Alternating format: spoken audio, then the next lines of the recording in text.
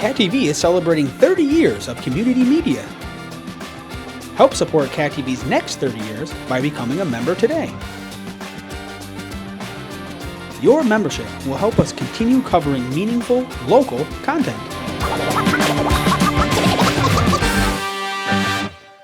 Thank you for supporting your local community media station.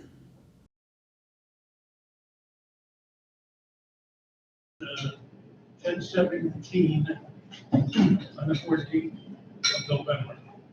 Sorry about being a little late. We just had a update with the finance. First, I'll call to order and welcome the public. Just want to inform the public that we are being visited by the DEAC, which is the evaluating group that evaluates all various schools, high schools in the New England area. And this is their follow-up. They come visit, and then 5 years later, they come back to see if the changes they recommended or improvements or whatever have been listened to, and they send another report back to the district with their recommendations. Okay, consent agenda. First item, minutes from the RGP full board meeting on Monday, October 17th. I move. Okay, second. Second, Leon. Any questions, comments on the minutes? Seeing none, all in favor? Aye. Aye. Okay. Just remind you, again, we have people that are not here present, but they on the mic and they need to stay. I'm watching, they're raising their hands. Okay. Jackie, Chuck, and Frank. That's what I just wanted to make sure that they. Yeah, it's a little hard to see with that. Okay, minutes from the policy committee meeting. Motion, So moved. second. Second. All right, Leon, any questions, comments on the minutes? Seeing none, all in favor, raise your hand, please. Aye. Aye. Those on the Zoom. Raise your hand. Payroll warrant, 10/14, 10/16. Motion. So moved. Okay, Second. second. Questions on the payroll? Seeing none, all in favor, raise your hand, please. Aye. Aye. And vendor warrants, 10/15, 10/17. Motion. So moved. Second. All right. I had a question somewhere. Okay, question. I'm trying to, I'm going faster than what I can see here, but I remember the number.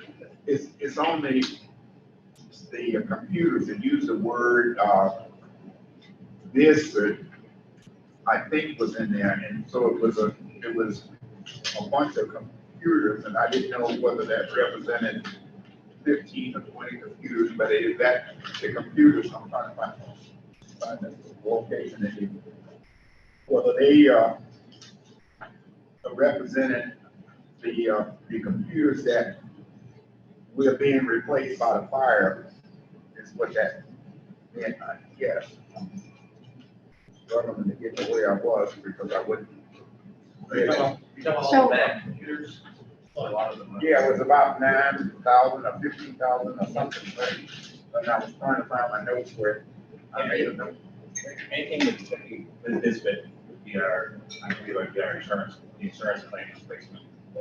So we did, any of the computer purchases in the warrants that you just saw were based on the flood and insurance reimbursement to replace them. So Ryan Scott's video classroom, there was a large number of Macintosh or Mac computers that were replaced, but also there's a large number of Windows, which were Dell computers, that are being replaced in the business management classroom, the special needs classroom, in the former accounting classroom. Well, it's still accounting and work-based learning are both in there now. So any of the computer purchases, those numbers, those dollar amounts right now are really coming from the reimbursement, the insurance check for the damage from the flood. So they're not coming out of the budget, but are reimbursements. Okay, thank you. I think that was what I thought, but I wanted to make sure that when I saw that, that's what that was happening, but I can't find it. It was just so that would have been, I just found it, as soon as I said that was Dale Marketing, LP, and it had a PO number 23240, for $55,000 for the 5-year contract. See, and that's the, oh, and then up under it, it did have Lisbon claims number, and so that's what's happening under that. I was wanting to make sure that I'm sure of that. Okay, thank you, Ken. Thank you. And Kevin Snow, if you could just speak up a little bit, I have a little hard time hearing some of us. That's all. Okay, we had a motion, second. Any other questions? Taking none, all in favor of the vendor warrant, raise your hand, please. Aye. I'm just going to say. Okay, abstention. Okay, cash flow and revenue, Ms. Redding had passed those out to us for our perusal. Next item, executive session, PSA evaluation of employee. We have motion to go on executive session. Can I just clarify that? Yes. Second. So on the agenda, there are 2 reasons for going to executive session. It's Penn State 313A3, evaluation of the public employee, and 10 A10 security measures. The A10 security measures will be moved to next month. We'll not be discussing that during today's executive session. Not prepared for that yet. We got a motion and we. I'll move. Okay, second. Okay, all in favor of motion to go into executive session, raise your hand. Aye. Okay, and for those who are public and Cat TV, we're going to stay in this room. I'm going to put Cat TV into the waiting room. Anyone else in the public, so just give you about 30 seconds to do that, and we'll bring it back in as soon as.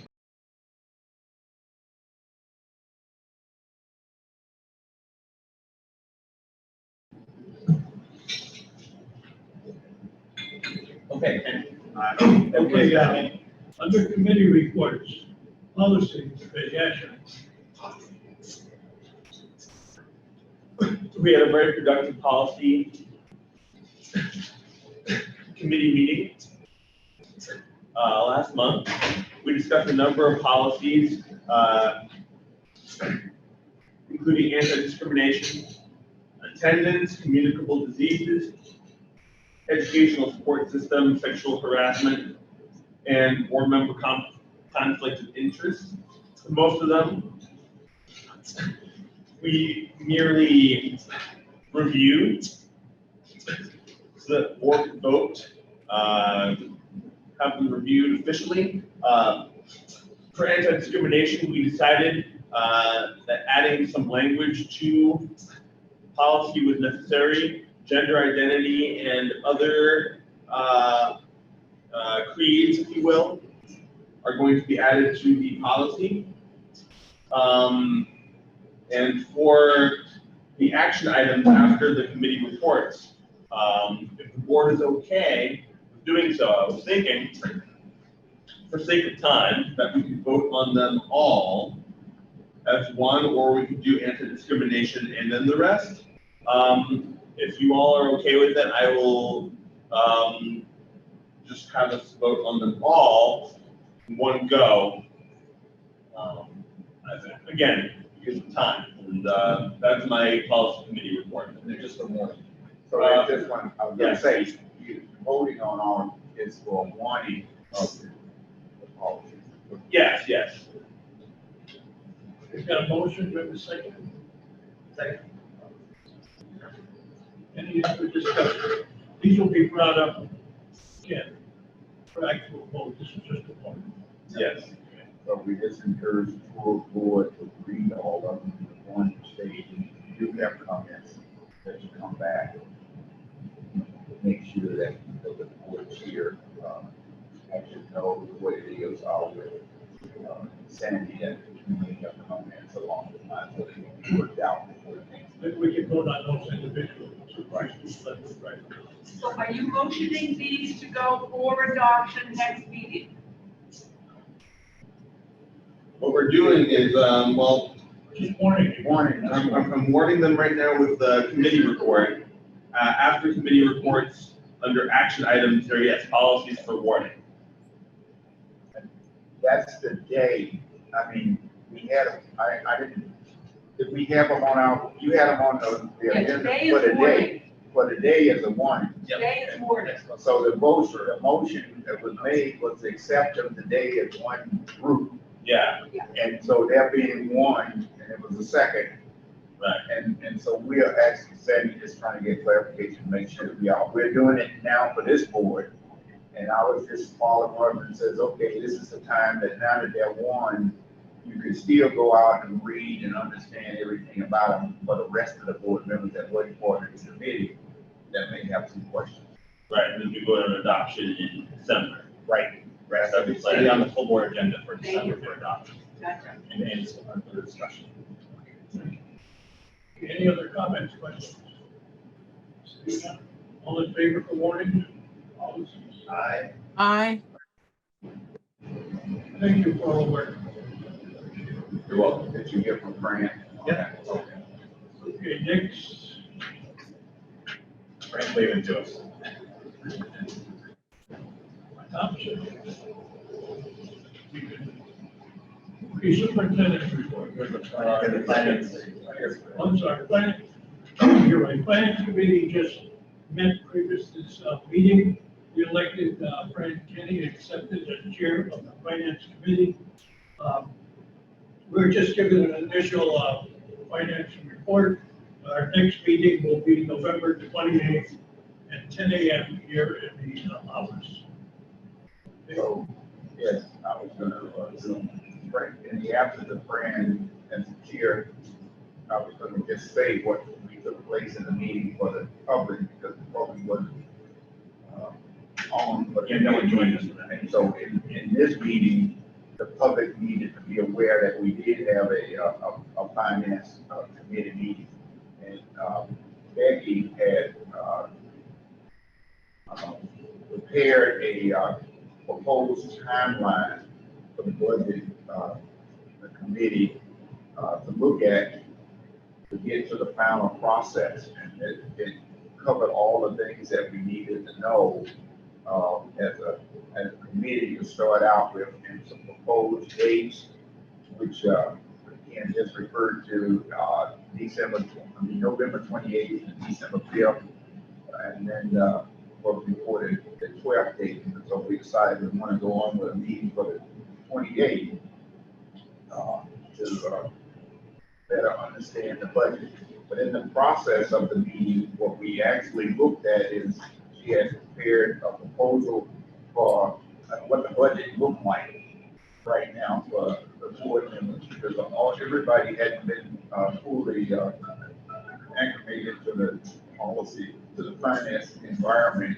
And so she did a great job of putting things together so they can lead the board members into what it comes to be and how the budget is formatted, and we'll follow up at the next meeting to better understand what it is that we need to be asking and setting a goal for in terms of percent of dollars to be put into the debt center.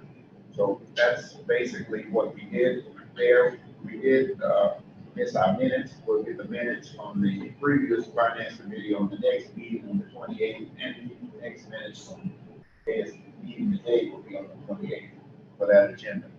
So that was basically it. We had a lot of good conversation. And here we are. Thank you, Fran, for allowing me to summarize this for you. Thank you for that detailed update. The executive committee, we did meet again, October 24th. October 24th, and that's where the superintendent is. And we have an action item of the board adopting those, officially adopting those goals. Anyone who adopt those goals? I'll second. Questions? All in favor, raise your hands. Aye. Aye. Okay. Now the superintendent. So So, welcome members from the public and also everyone who's here in person and online on Zoom. Really have one large item to report that Ken mentioned at the beginning of the meeting. We do have our NEASC team here this week. And I wanted to just review with folks what that is, if you're not familiar with that. NEASC is the New England Association of Schools and Colleges, and they are the regional accrediting agency for high schools, tech centers, and schools in the region.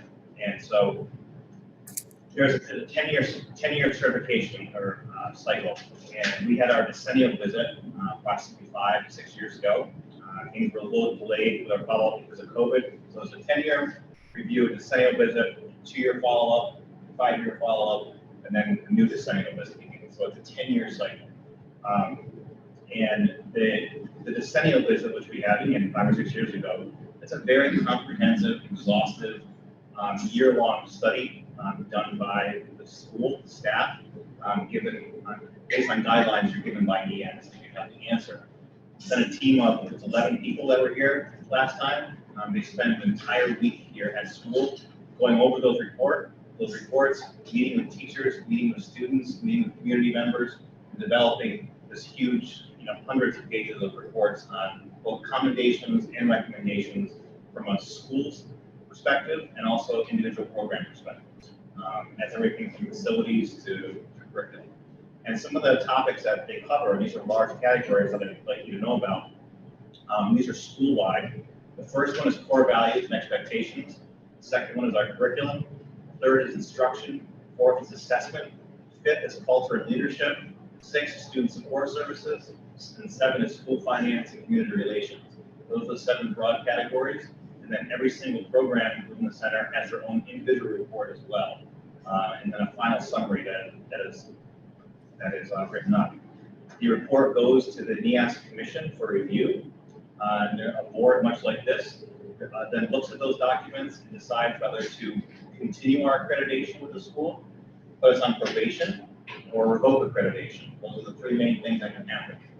At our decennial visit, we were awarded full reaccreditation. Every school gets recommendations and commendations. None of them are I don't know if they're difficult, but some are still in progress, just like the goals that we just set for myself. They're multi-year goals. And so what the visit is this week, there are 3 of the folks who were here 5 years ago. It's a much smaller team. They're going to go over a self-report we gave them to see where we're at with the things that we said we were going to do. And they will be checking on those things over the period of the next 10 days and seeing where we're at and doing a mid-cycle report back to the board, to their board, and to us, and to you ultimately, to see where we're at and where we need to go. So it's very comprehensive, it's labor intensive. We're all a little stressed this week.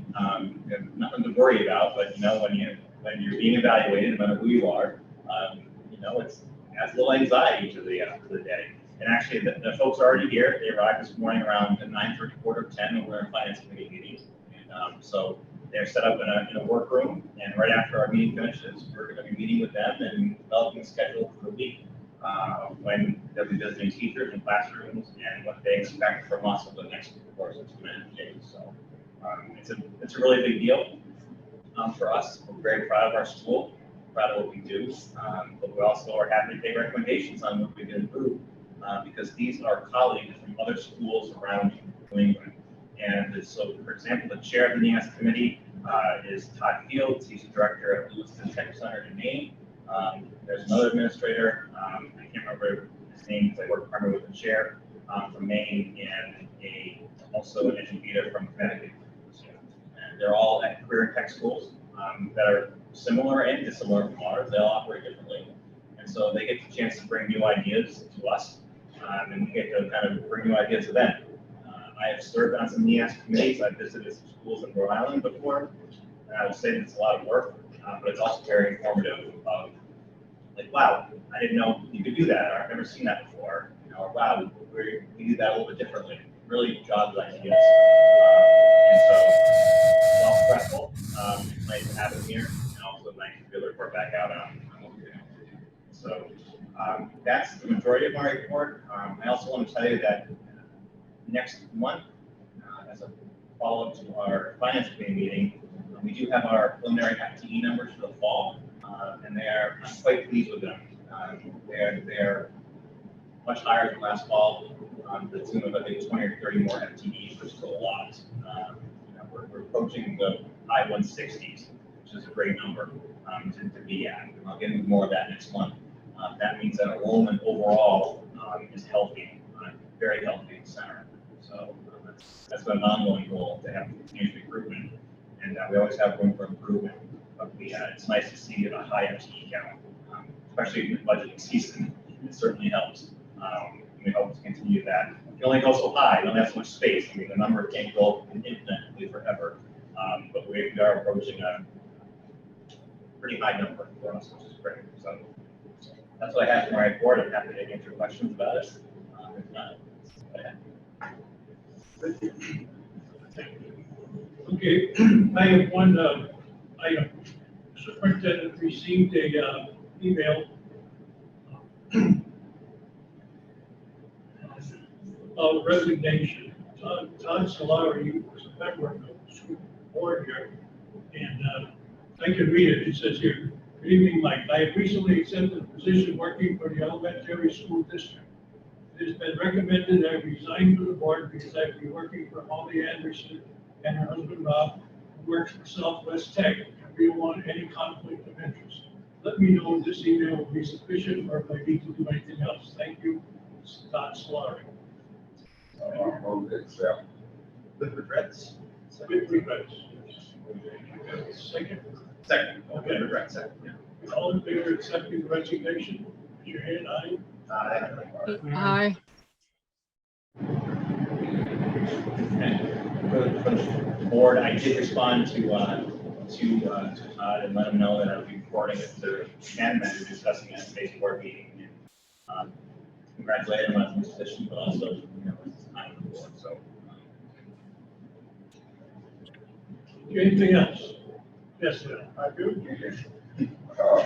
And Jackie may want to chime in and talk about this, but this is the annual school board meeting, which you had 2 members from this board at that meeting, and Jackie was voted at the last meeting to be the representative for the tech center, and I was there for Mount Anthony. So we both spent time there. I was going to ask her if she wanted to go ahead and give you a synopsis of the annual school board meeting and what took place. Are you there, Jackie? Yes, well, the most important thing that took place in regard to our board was the adoption or the finalization of a plan for boards to adhere to in the future. And the number one is the perspective of boards that have a look at the goals of the director. And the goals and the budget are probably the most important 2 things that a board does. And they emphasize this over and over and over again. And the board has put out a paper which will be delivered to the Vermont School Board, to Dan French. And French and his committee will go over this, and then it will be placed in the governor's hands. And so it will come kind of trickling down to us. None of it is set in stone as yet, and all of it is quite comprehensive in terms of what the board can do and can't do. And some of the things that they can do is look at the school as a whole and not be, so to speak, down on the ground fixing everything, which we can't do. And the best description I have of that is if you sat in a fire station, which is in the woods, the tree line, and whereas the firefighters at the bottom are fighting the fire, the people up in the tree house, the firehouse in the forest, oversee what's happening. And so it's not a question of how the board does the day, it gets into the day-to-day operation of the people who run the school. It's how the school is run based upon who you hire. So it's very important that we hire the correct people for the job, and it's very important that we assess their goals. And that's how school boards run. Any questions? No question, but I just wanted to say that we had from this area 4 board members, I think, retired with other school districts in terms of representation here. But one of the big things that really took place is board training. All aspects of what it is that board members need to know. And the keynote speaker provided a bunch of scenarios to talk about all of the things that board members should and should not be doing when they decide to run for a board. Everybody normally have a particular goal in mind and try to act as an individual, or no, you act as a group. And only when you collectively together as the board members, how you get information from the public to the full board or to the superintendent. We covered it all. And so it was a real informative annual meeting, and we wanted to encourage everybody for next year, because every year we have an annual school board meeting. It is well worth the effort. The school pays for it. Our district protects her, my pays for mine, for you to go and spend 1 or 2 days at the annual school board meetings, and there are vendors there that talk about a lot of the things that we do for software and security types of things along that line. And so you share all of those kind of things. But the main thing, they brought in a bunch of students from the various high schools that talked about certain kinds of things in their schools throughout the state for everybody. And we broke out into little groups to talk about what it is that we needed, that in terms of scenarios, how we would handle them, and talk about effective school board meetings. I mean, I went to that one. So it was just all the things, how the board chair should run a meeting, and what the students, the regular board members should be doing, how to include them, how to prepare agenda, how to work efficiently and getting these things done. So it's a lot of good things happening out there at the school board level for everybody. So I want to encourage everybody to take the time to read the notes that are sent from Susan in terms of telling us what's new in the school board arena, and then prepare next year to go to the annual school board. Yes, and I'd like to add, when you talked about, when Leon talked about training and we brought this up at the governance meeting, was that the training comes a little bit too late in the year for new people. So for instance, you're elected in March, but you don't get, they don't have the training from the school board association until September, October. So you're already into about 4 meetings before you know what you're supposed to do. And so it would be much better to have the training in April. And that's one of the suggestions that we made. The other thing that Leon was mentioning is that the ongoing training that the Vermont School Board Association gives to us. And Leon and I both attended the Roberts Rules training, and that was very, very significant. And you can even go back onto the Vermont School Board Association page and look at the training that has gone on during the year. And it's it goes on for about an hour, and it's usually presented at a lunchtime, which for many people might be inconvenient. But if you did it at 6 o'clock at night or 8 o'clock at night, or when the football games aren't on, you might gain a lot of interest and information from these meetings, particularly on the Roberts Rules. And the two things that I learned from the last meeting was that from this training was that if a board is less than 10 people, then you don't need a second. And there was another one that was very important too, how you table items instead of, for a committee to look at instead of voting on something that you're not sure of. So that's about it. Yeah, thank you, Jim.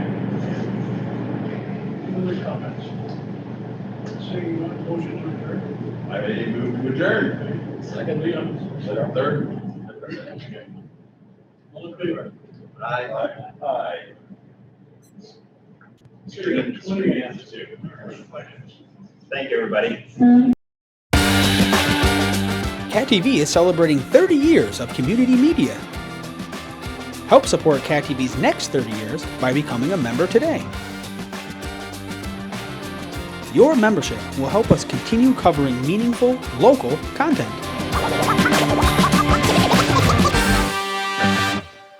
Thank you for supporting your local community media station.